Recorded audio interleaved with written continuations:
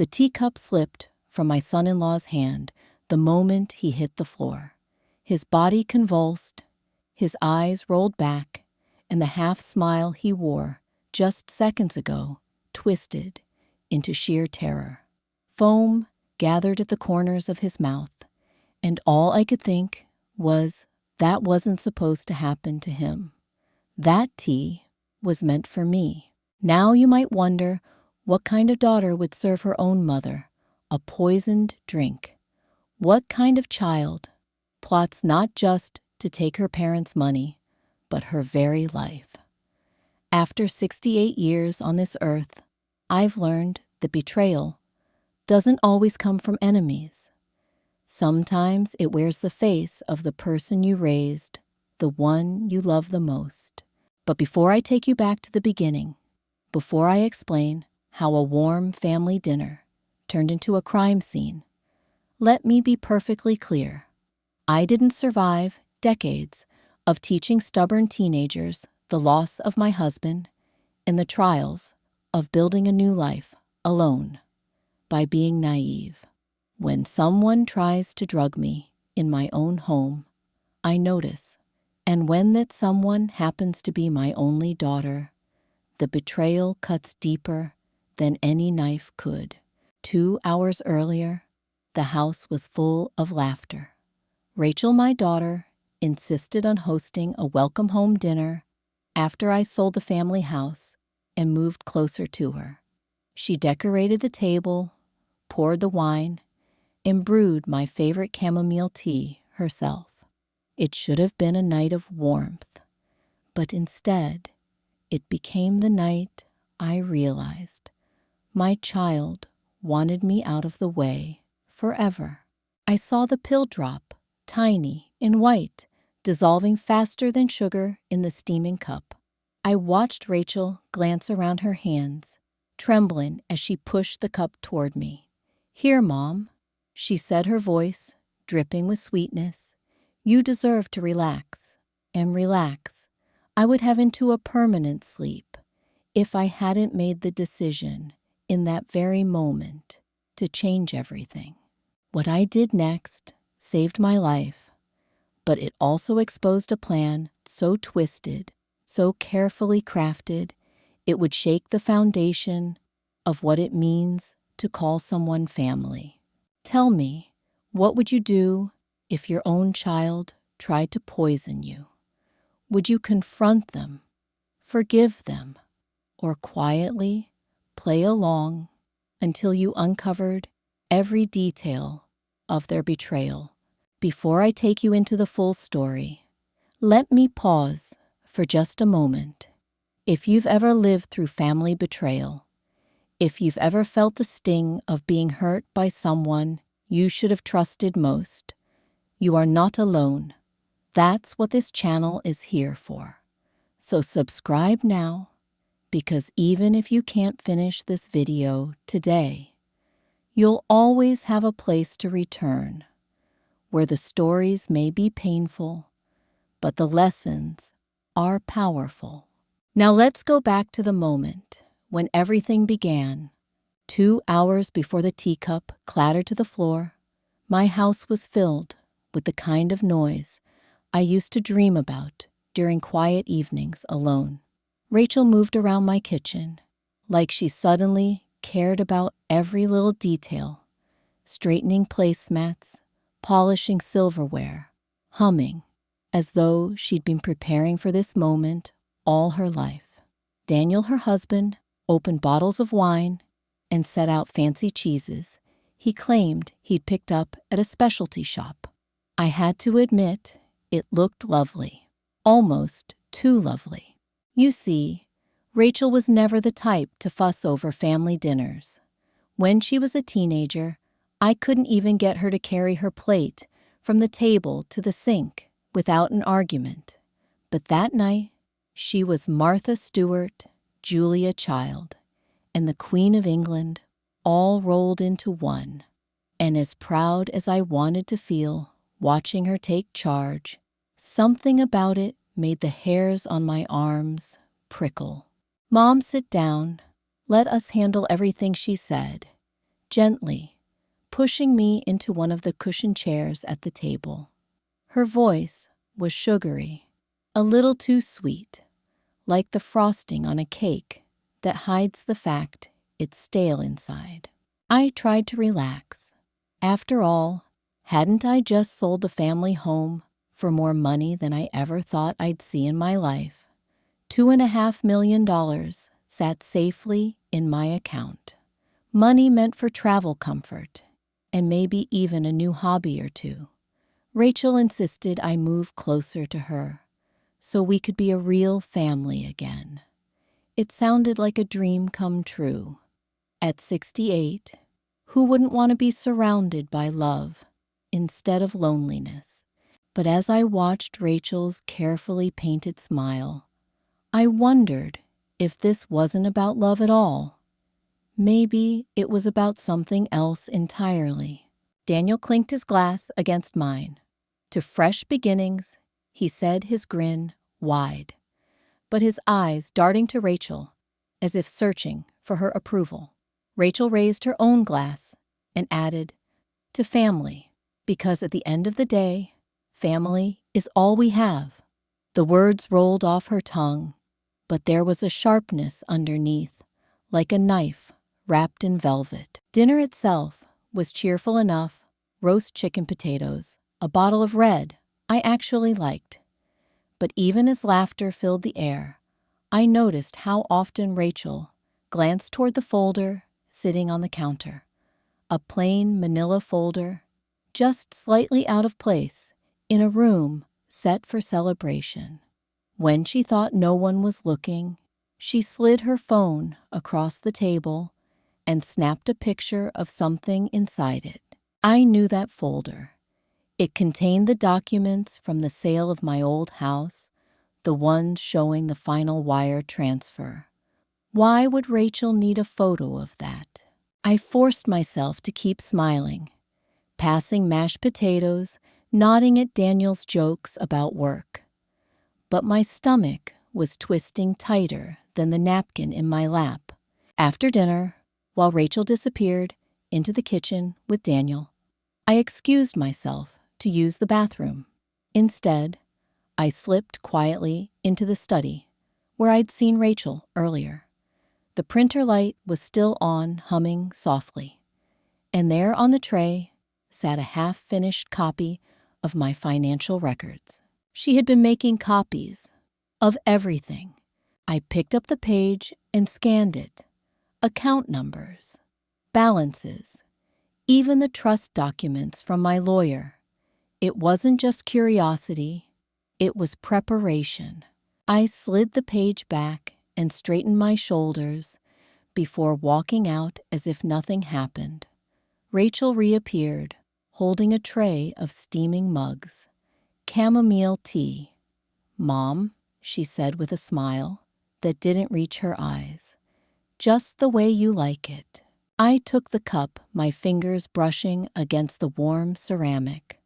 For a moment, I almost let myself believe this was simply kindness. But then Rachel glanced just for a split second at Daniel, and he nodded.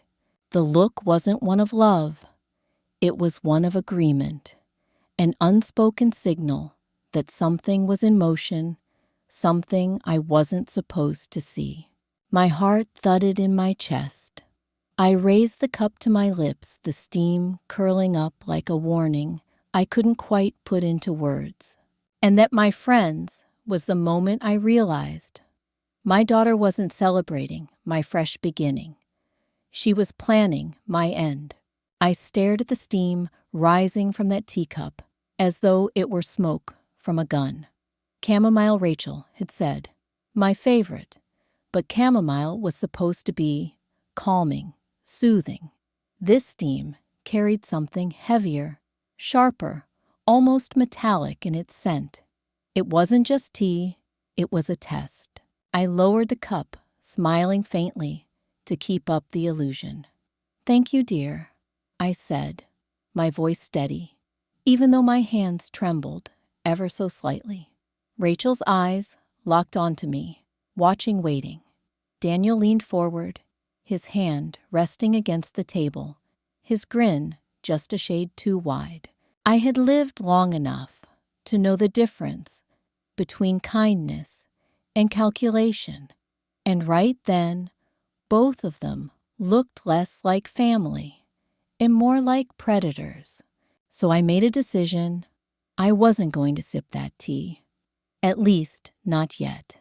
I set the cup down, pretending to adjust my napkin.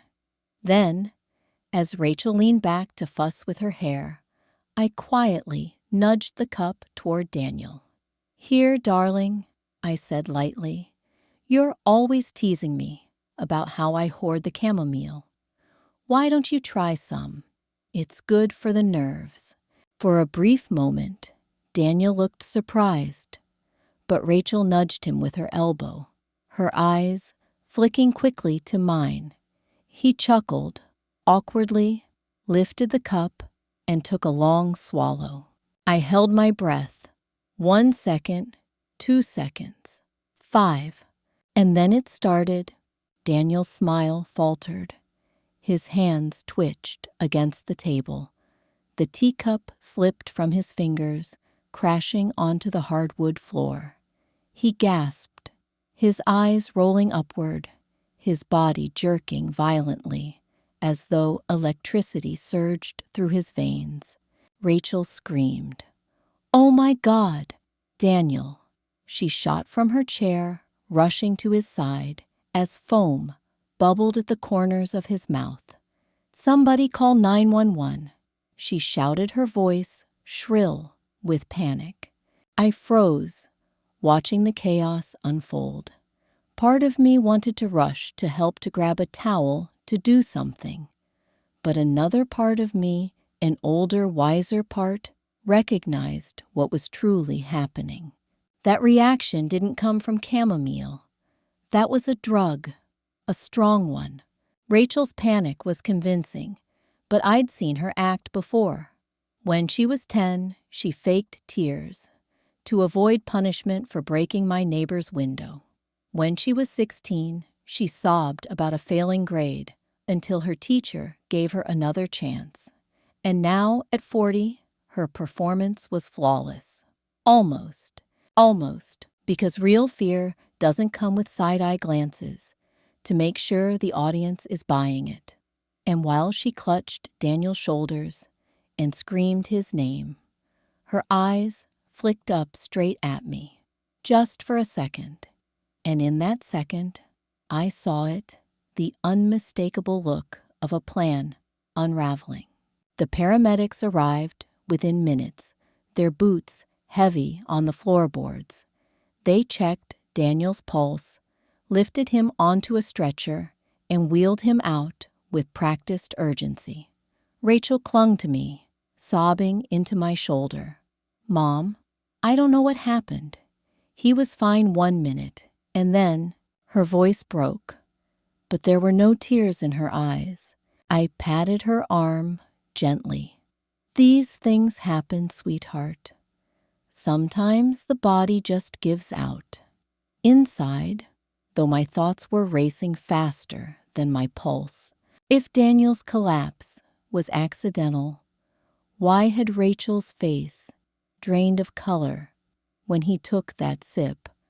Why had she flinched the moment the cup touched his lips? Because she knew what was in that tea, and it wasn't meant for him. Later, as the sirens faded into the night, Rachel sat slumped at the kitchen table, her perfectly painted nails tapping nervously against the wood. "Mom," she whispered, her voice barely audible. "You didn't drink any of it, did you?" I tilted my head, feigning confusion. "What do you mean?" "The tea. It might have gone bad or something. You know how these organic blends are." Her laugh was brittle, sharp as glass.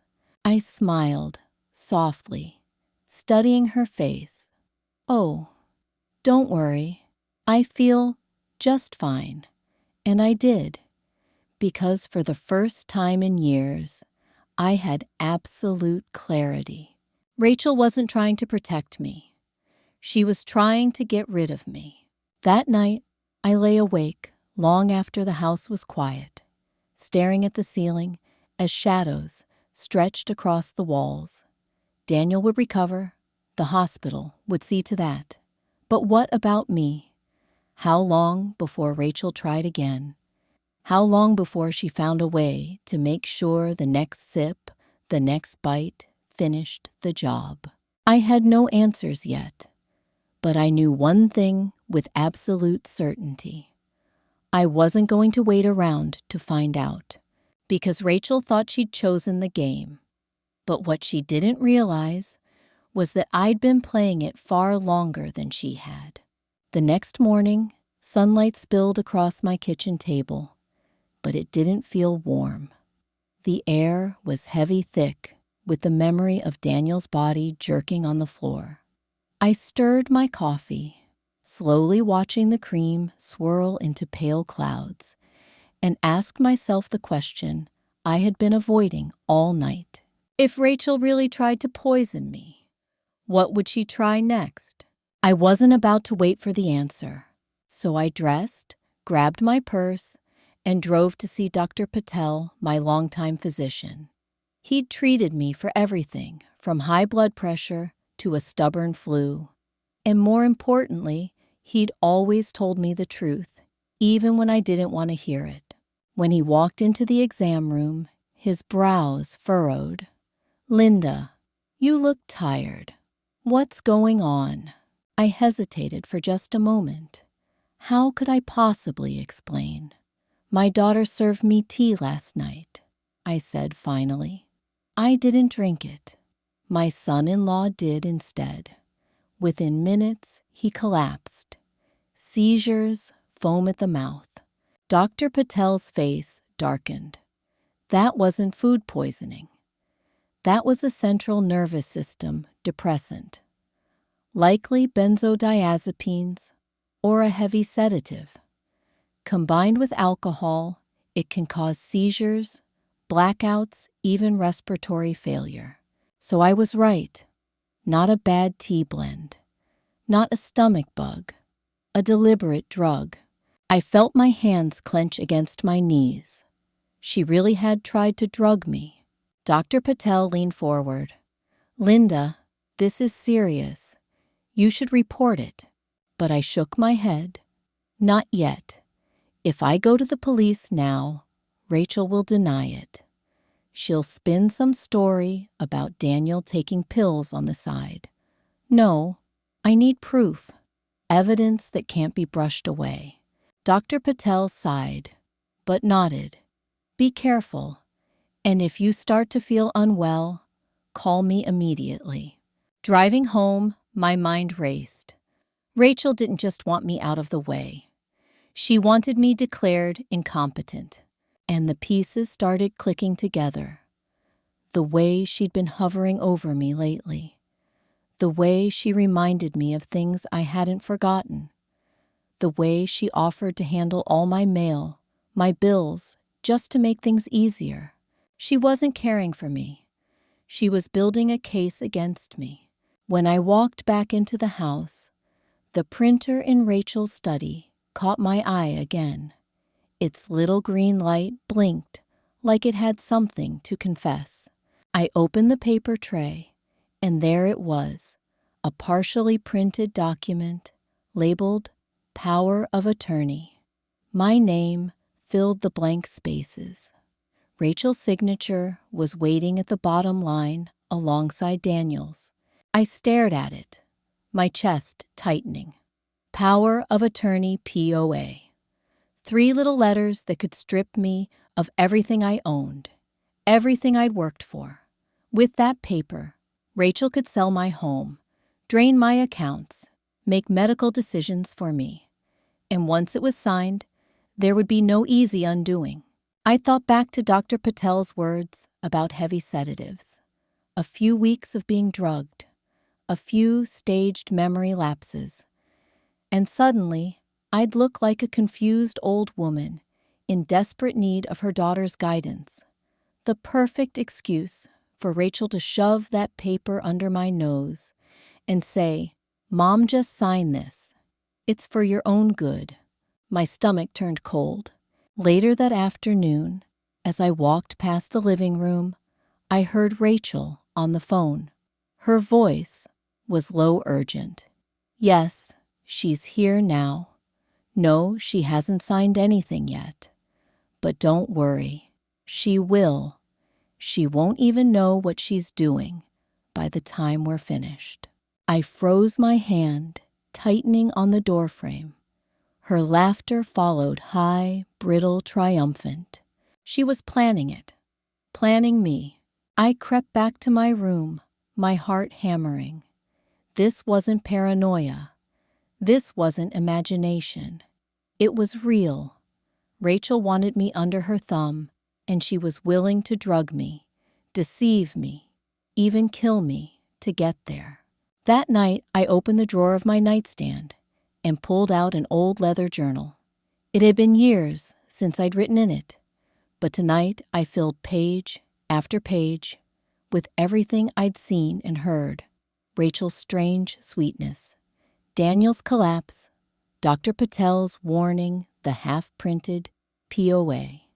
If anything happened to me, someone needed to know the truth. As I closed the journal, I made myself a promise. Rachel thought she was clever, but she had forgotten one important thing. I'd lived 68 years, and in those years, I'd learned how to fight quietly, patiently, and with precision. The next move would be mine. The morning after, I discovered the power of attorney papers. Rachel tapped on my bedroom door with the kind of false cheer only she could pull off. "Mom, you awake? I made you breakfast. Pancakes. Just like when I was little." I almost laughed. Rachel hadn't flipped a pancake in her life without burning it. But when I opened the door, there she stood with a tray, golden stack syrup, glistening, even a sprig of mint for decoration. "Thought you could use a little spoiling," she said, her smile wide, but her eyes scanning me like I was her patient, not her mother. I thanked her, set the tray on my nightstand, and pretended not to notice the faint chemical smell rising from the syrup. "Looks lovely, dear. But you know I like my pancakes with blueberries, not mint." Rachel blinked, then laughed too loudly. "Right, silly me. Maybe next time. Next time, if I live that long." Later that afternoon, Rachel and Daniel invited me to sit with them in the living room. The sunlight streamed through the big picture window, making the room look warm and safe. But the moment I sat down, I realized this wasn't about family bonding. This was a meeting. Mom Rachel began folding her hands in her lap. "Daniel and I have been talking. We're worried about you." Worried, I asked, my voice calm, even as my chest tightened. Daniel leaned forward, his brows knit in practiced concern. "You're 70, Linda. Living alone can be dangerous. Falls, heart attacks. What if something happened and no one was around?" Rachel reached for my hand. "Last night scared me so much. Seeing Daniel collapse like that." She paused, dabbing at her eyes with a tissue. Though no tears came, it made me realize how fragile life is and how much I don't want to lose you. If I hadn't known the truth, I might have believed her. But sincerity doesn't usually come rehearsed. I squeezed her hand gently. "That's very thoughtful, sweetheart. But as you can see, I'm perfectly fine." Rachel tilted her head, her voice softening to a near whisper. "You seem fine. But we both know memory slips are normal at your age. Remember last week when you left the kettle on? I stiffened. I hadn't left the kettle on. I remembered turning it off. But how could I prove it when Rachel was the one who discovered it later? Daniel chimed in, his tone grave. Accidents happen, and we just don't want you alone when they do. That's why we started looking into options. Options, I asked, though I already knew where this was going. Rachel's eyes lit up with forced excitement. There's this wonderful community called Resort Haven. It's not a nursing home, Mom. It's more like a luxury resort for active seniors. They have a spa, art classes, even a golf course. You'd have friends' activities, medical care, right on site. Doesn't that sound amazing? I studied her face. She looked like a real estate agent rehearsing a sales pitch. What does it cost? I asked flatly. She hesitated, then smoothed her skirt. Well, there's an entrance fee, around $350,000, but it covers everything: housing, meals, medical care for life. And there it was, the number, big enough to clear their debts, small enough to justify as an investment in my safety.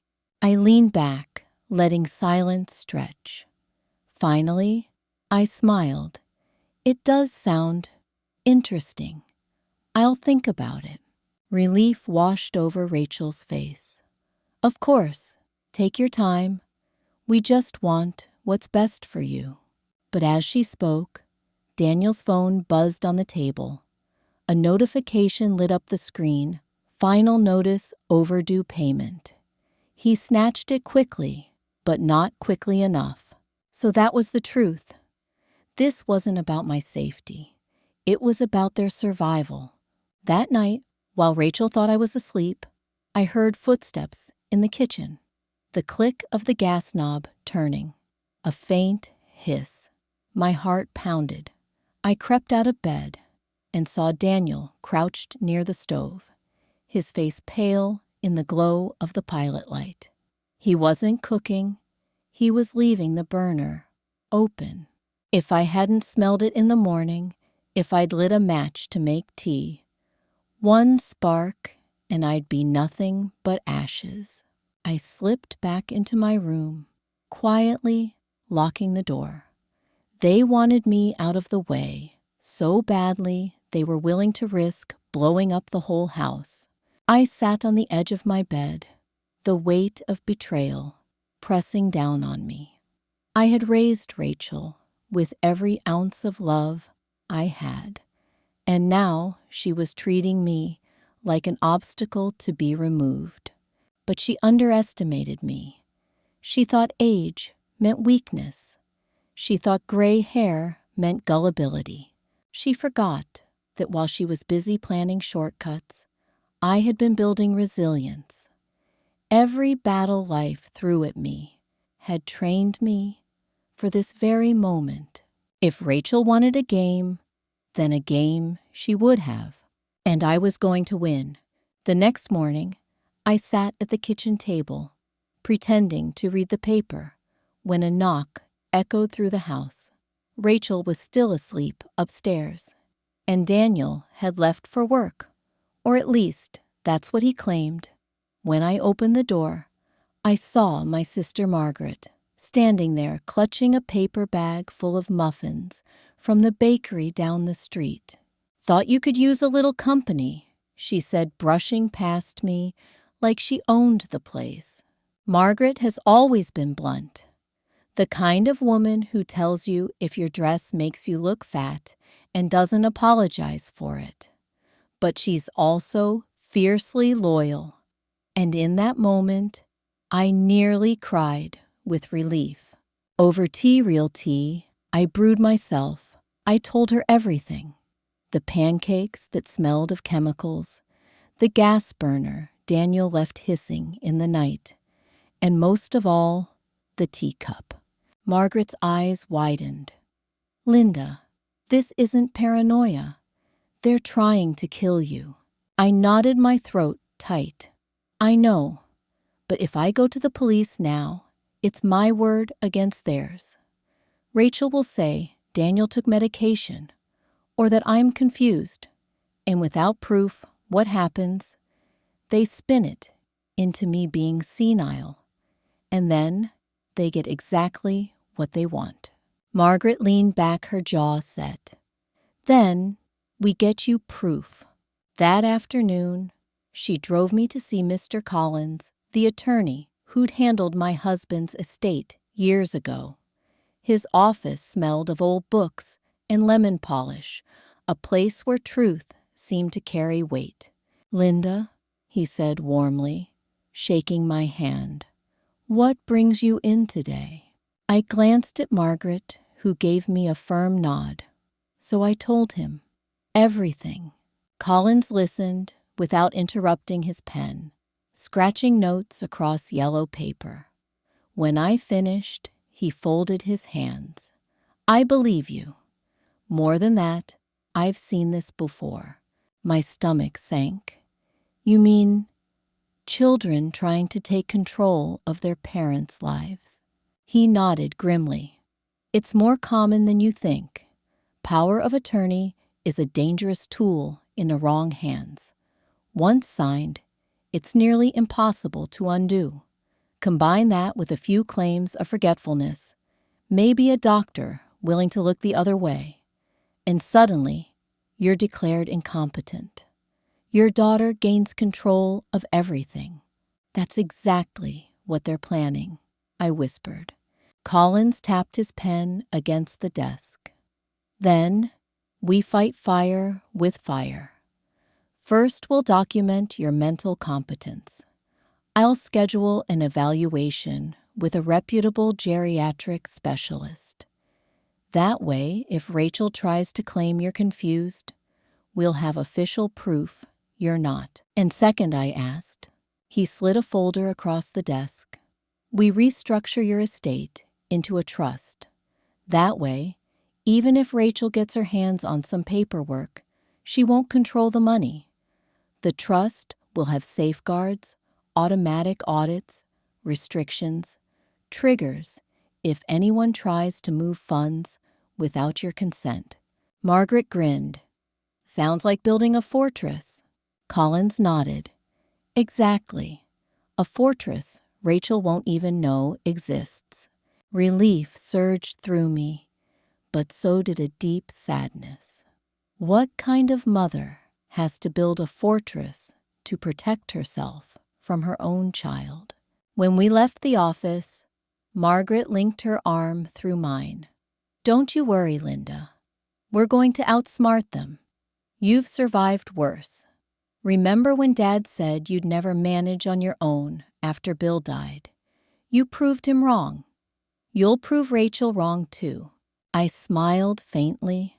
Margaret always did know how to turn pain into fuel. That night I returned home to find Rachel waiting at the kitchen table, her laptop open, a stack of glossy brochures spread out. "Mom," she said brightly, patting the chair beside her, "I've been doing more research on Resort Haven. Look, they have watercolor classes, a pool, even a gourmet chef. You'd love it." I sat down slowly, forcing a smile. "It does look nice." Her eyes lit up. "So, have you thought more about it?" I picked up one of the brochures, flipping through pictures of smiling seniors holding wine glasses by a fire pit. Every face looked content. Every page whispered, "It's safe here. Trust us." But all I could see was a cage. A very expensive, well-decorated cage. "Maybe," I said softly. Rachel reached across the table, squeezing my hand. "That's wonderful, Mom. You'll see it's the best decision for everyone." For everyone. Her words lingered long after she went upstairs, humming to herself, like a woman who just won a prize. But what Rachel didn't know was that the game had shifted. I had an attorney, a plan, and proof was beginning to pile up. Still, I knew it wasn't enough.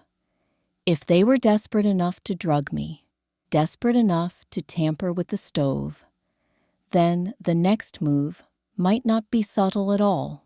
And sure enough, I didn't have to wait long, because the very next morning, I woke to find a note slipped under my door. The handwriting was Rachel's, neat and deliberate. It read, "Sign the papers, Mom, or next time it won't just be tea." The note under my door changed everything.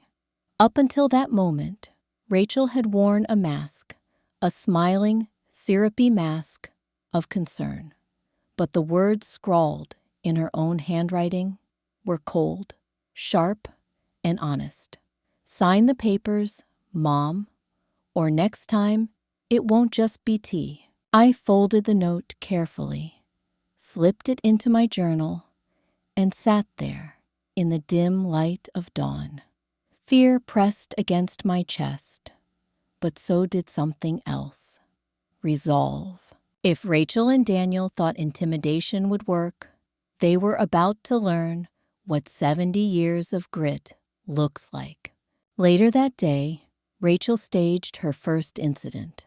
I came into the kitchen to find the kettle screaming, on the stove, steam filling the room.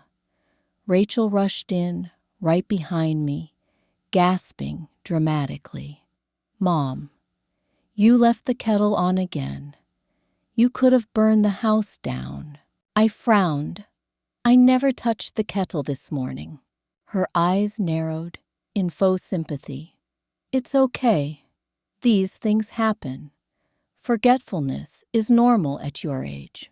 I wanted to laugh in her face. Normal at my age. Forgetfulness, Rachel had clearly underestimated me. But instead of arguing, I tilted my head and said, "Maybe you're right, dear." She smiled satisfied. The next day, she struck again. I returned from the grocery store to find the front door wide open, swaying in the breeze. Rachel stood in the hallway, shaking her head. "Mom, you must have forgotten to lock up when you left. Anyone could have walked right in."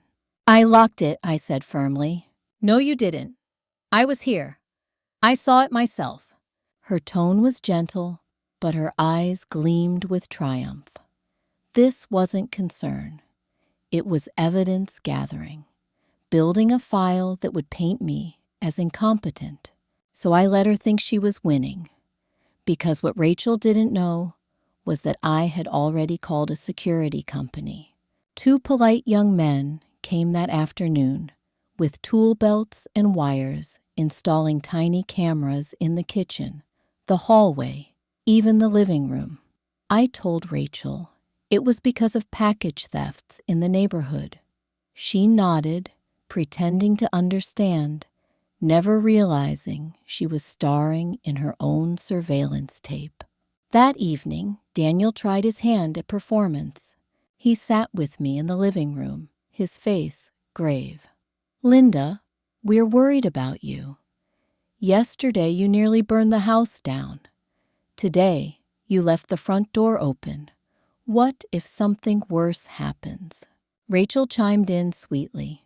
"We're not trying to scare you, Mom. We just want you safe." Safe. That word again. Funny how safe always came with a price tag. I sipped my tea slowly. The real chamomile this time, made by my own hands, and looked at them both. You might be right. Maybe I am forgetful. Maybe I do need help. Rachel's smile spread like a cat, finally cornering a mouse. That's why we think Resort Haven is the perfect place. They'll handle everything. You won't have to worry anymore. I set my cup down carefully, hiding the flicker of anger rising in my chest. She thought she had me, but tomorrow, those cameras would tell a different story. And sure enough, they did. The footage from the kitchen showed Daniel creeping in early that morning, turning the kettle on, then slipping out before I arrived. The footage from the hallway captured Rachel unlocking the front door, leaving it ajar, then standing in place, waiting for me to discover it. Every lie, every setup, caught in perfect, high-definition clarity. That night, as I watched the clips on my phone, I almost smiled. For the first time since this nightmare began, I felt the scales tipping back in my favor. But my victory was short-lived, because the very next morning, Daniel knocked on my bedroom door with a man I didn't recognize, a man in a pressed suit, carrying a leather briefcase. "Linda," Daniel said softly, "this is Dr. Steinberg. He's here to talk to you. Just a simple checkup." The man stepped forward, his eyes sharp, his smile professional, but cold. "I specialize in competency evaluations," he said. "Nothing to worry about." My blood ran cold. Rachel and Daniel weren't waiting for me to slip. They were bringing in someone who could declare me incompetent, whether I was or not. Dr. Steinberg sat across from me in the living room, his briefcase, open papers neatly arranged, like a trap waiting to be sprung. Rachel hovered behind him, her hand resting lightly on his shoulder, as if she were guiding the whole performance. Daniel paced near the window, glancing at me every few seconds, like a guard making sure his prisoner didn't escape. "Linda," Dr. Steinberg began smoothly, "I'm here for a simple conversation. Nothing more. Just some questions to see how you're doing." I folded my hands in my lap and smiled. "Of course, doctor. Ask whatever you like." He leaned forward, pen poised. "What year is it?" 2023, I answered without hesitation. "And who is the current president?" "Joe Biden," though I preferred not to vote for either option. Rachel shifted uneasily, clearly hoping I'd stumble. "And where are we right now?" "In my living room, which I've furnished with more taste than my daughter ever appreciated." Even Dr. Steinberg smirked at that one. After 20 minutes of questions, he closed his folder. "Frankly, I don't see any signs of incompetence." Rachel's smile faltered, but she quickly recovered. "Doctor, maybe she's just having a good day. You should have seen her last week. She left the stove on the door wide open." I cut her off gently. "Oh, Rachel, you've been so worried about me. That's why I've installed security cameras. Would you like to see the footage?" Her face drained of color. Daniel stiffened his eyes, darting to Rachel. Dr. Steinberg glanced between us, frowning. "Footage?" "Yes," I said, pulling my phone from my pocket. "It's remarkable how these little devices capture everything. Like Daniel turning the stove on himself, or Rachel unlocking the front door. Fascinating, isn't it?" Silence filled the room, thick and heavy. Rachel's voice broke first. "Mom, you must be mistaken. That's not what it looks like." I leaned back, letting the smile tug at my lips. "Oh, I think it's exactly what it looks like." Daniel lunged forward, snatching the phone from my hand. But instead of panic, I felt a surge of satisfaction, because what he didn't know was that the footage had already been backed up to the cloud and sent directly to my attorney, Mr. Collins. I stood smoothing my sweater. "You two have been working so hard to convince me I'm losing my mind. But the truth is, you've lost yours, thinking you could outsmart me." Rachel's voice shook her sweetness. "Gone. Fine. You want to make this ugly? Then let's make it ugly. Sign the power of attorney. Today, Mom. Or we'll take this to court. And when the judge hears about your forgetfulness, you won't just lose your money, you'll lose your freedom. Daniel thrust the papers toward me, his hands trembling. Just sign, Linda. It's easier this way. For a long moment, I pretended to waver. I let my shoulders slump, my eyes soften, as if their bullying had finally broken me. Maybe you're right, I whispered. Maybe it is time I let you take care of things. Rachel's eyes gleamed with victory. Good. That's the smart choice, Mom. I took the pen slowly, scrawling my signature across the bottom of the page. They exhaled in unison relief, washing over them like a tidal wave. Daniel scooped up the papers, clutching them like treasure. Rachel wiped a fake tear from her cheek. Oh, Mom, you won't regret this. I smiled the same smile I'd used on Rachel when she was 8 years old and thought she'd gotten away with sneaking cookies before dinner. You're right, dear. I won't regret it, because what they didn't know, what they couldn't even imagine, was that those papers weren't real. Mr. Collins had drafted them for me, a perfect replica that looked legitimate, but granted them power over exactly one thing: an empty bank account with a single dollar inside. A trap signed and sealed, just waiting for them to reveal their true intentions. As they celebrated, whispering to each other in the corner, I poured myself a glass of wine. For the first time in weeks, it tasted sweet. Victory always does. But I wasn't finished, because signing those fake papers was just step 1. Step 2 would ensure that Rachel and Daniel never had the chance to try again. I set my glass down and looked at them both. One more thing, I said softly. My attorney will need to finalize the paperwork tomorrow morning. We'll meet here at 10 o'clock. Rachel beamed. Perfect. We'll be ready. Oh, they'd be ready, but not for what was coming, because while they thought tomorrow would seal their control, it would actually expose every lie, every crime, every betrayal. And this time, there would be witnesses who couldn't be manipulated, lawyers, police, and the law itself. I raised my glass in a mock toast. To family, I said, my voice steady. Rachel and Daniel clinked their glasses against mine, their smiles wide, their greed shining through. And all I could think was, enjoy this moment, children, because tomorrow your little game ends. The next morning, I rose earlier than usual. I dressed carefully, navy slacks, a crisp blouse, pearls I hadn't worn in years. If my daughter was going to see me stripped of dignity, I wanted to make sure I looked like the very picture of strength. At 10 o'clock, sharp, the doorbell rang.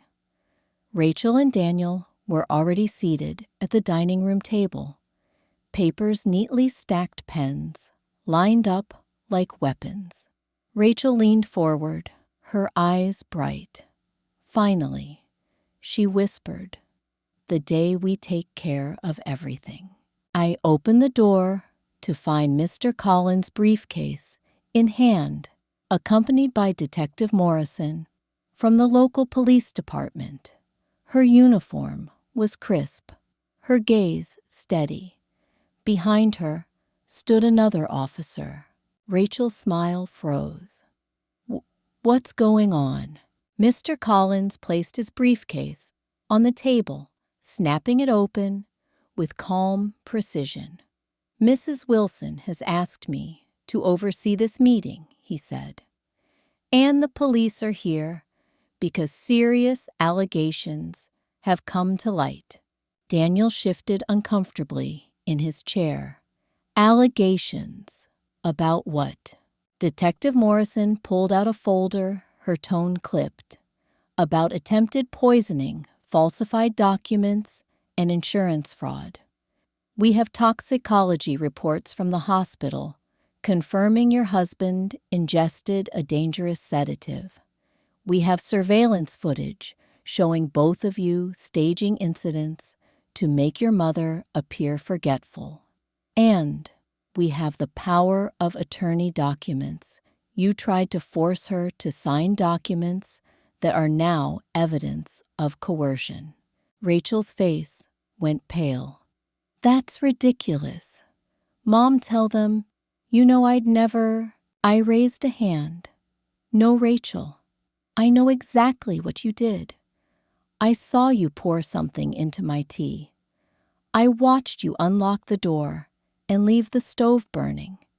You wanted me gone so you could take everything I built. Daniel slammed his fist against the table. She's lying. This is all a misunderstanding. But Detective Morrison slid my phone across the table. On the screen, the footage played. Rachel sneaking into the kitchen. Daniel twisting the stove knob, both of them whispering about how she'll have to sign soon. Their denials crumbled with every second of video. Rachel buried her face in her hands. Daniel slumped back in his chair, his eyes darting toward the door like a trapped animal searching for escape. Jessica, he started, then caught himself. Rachel. What did you do? Her head snapped up, fury blazing in her eyes. Don't you dare pin this all on me. You were in on it too. You told me we'd lose everything if we didn't act. You begged me to help fix our debts. Detective Morrison exchanged a look with her partner. That's enough. Rachel Wilson, Daniel Wilson, you're both under arrest. The click of handcuffs echoed louder than any scream. Rachel twisted toward me, her voice shrill. You think you've won. You're nothing without us. Who will take care of you when you're old and alone? I met her glare calmly. I'd rather be alone than chained to people who see me as a bank account instead of a mother. The officers led them out, their protests fading into the distance. The house fell quiet, except for the steady ticking of the clock on the mantel. Mr. Collins closed his briefcase, his expression gentle. You did well, Linda. Very well. Most people in your position never see the danger until it's too late. I nodded slowly, my hands trembling, as the weight of weeks of fear lifted from my shoulders. I just can't believe it came to this. My own daughter. Collins rested a hand on mine. Sometimes the people we love most are the ones who betray us deepest. But you were smart. You protected yourself. I walked to the window, watching as the police car pulled away. Rachel's face pressed angrily against the glass. The same face I once kissed goodnight. The same girl whose scraped knees I once bandaged. The betrayal cut deep, but beneath the pain there was relief. For the first time in months, I was safe. Margaret arrived a few minutes later, breathless. I saw the police cars. Is it over? I nodded. It's over. She hugged me tightly, and for the first time in a long while, I let myself lean on someone else. Still as I sat back down at the table, staring at the abandoned brochures for Resort Haven, I knew the story wasn't finished, because this wasn't just about me anymore. It was about every parent, every grandparent who had ever been manipulated, deceived, or pressured by the very family meant to love them. I picked up the pen that Rachel had tried to force into my hand and set it aside. No signature would ever again be used as a weapon against me. The game they had started was over, but the scars would remain, and tomorrow I would have to decide how to live with them. Weeks passed after Rachel and Daniel were taken away. The house grew quiet again, the way it used to be before all the chaos. Some nights the silence felt comforting. Other nights it pressed in like a weight. I tended my roses in the garden just as my husband once did. Their blooms were brighter this year, as if reminding me that life continues even after the harshest winters. Margaret visited often, bringing muffins and laughter, filling the emptiness with a kind of sisterly love that money could never buy. And then there was Emma, my granddaughter. She called me one evening, her voice trembling through the phone. "Grandma, I don't understand why Mom and Dad did this, but I want you to know I'm not like them. I love you." Tears slipped down my cheeks. In that moment, I realized that while betrayal can wound deeply, love still finds a way to bloom through the cracks. I promised Emma she could come stay with me that summer, and together we'd plant new roses in the garden. A new beginning. Looking back, I don't just see poison in a teacup or forged papers on a table. I see a warning and a lesson. Family can be the people who share your blood, yes, but true family are the ones who stand by you, protect you, and cherish you. At 68, I learned something powerful. Getting older doesn't mean becoming powerless. It means you've gathered enough wisdom to see through lies, enough strength to stand when others want to see you fall. To anyone listening, if you've ever felt betrayed by the very people meant to love, you know this. You are not alone. Your worth is not measured by their greed, but by the resilience in your heart. So I sit here tonight, a cup of real chamomile tea in my hands, and I raise it to all of you, to survival, to resilience, and to the quiet, unshakable truth that no matter how broken family can leave us, we can still choose healing, peace, and even forgiveness in our own time. Because at the end of the day, it isn't money or betrayal that defines us. It's how we rise after the storm. Thank you for listening to my story. If it touched your heart, subscribe so you won't miss the next one. And tell me in the comments, have you ever faced betrayal from someone you loved? Your story matters, and here you are never alone.